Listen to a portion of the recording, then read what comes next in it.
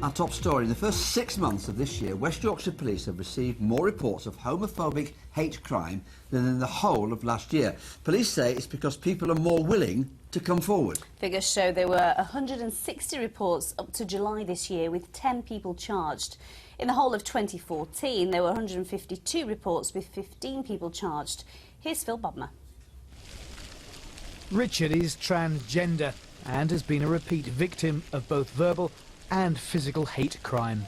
I've had broken teeth, I've had my head kicked in the back, knocked unconscious in Bradford Centenary Square, abusive letters written about me, assaulted in my own garden. The most offensive language was when people have found out that I'm transgender and they think that I'm a transgender woman. And the language that I've had for that has been completely non-repeatable.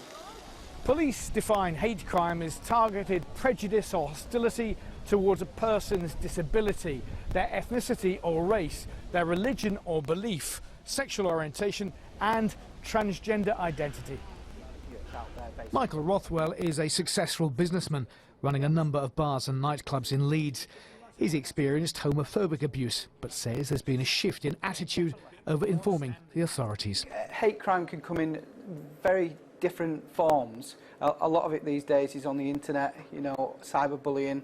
A lot of the gay community do report the crimes. Maybe in the past you might have lived with it and you put up with the name calling and because you didn't think society would help you or the police would help, but now that's changed.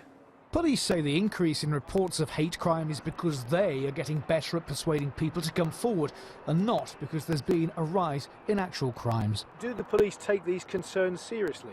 We take them very seriously, and we actually see it as a real positive that hate crime has doubled in the last 12 months because that then comes back to our raising awareness campaigns and our campaign of Hate Hurts.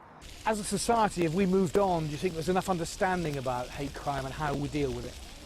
I think there could be a lot more. Society is improving. We sit here in Bradford, it's a hotbed of different cultures and communities, and most of the time it's happy and it's positive. But unfortunately you will always get discrimination and prejudice. For victims like Richard, the physical effects of hate crime will heal, but the psychological scars can remain for much longer. Phil Bodmer, BBC Look North.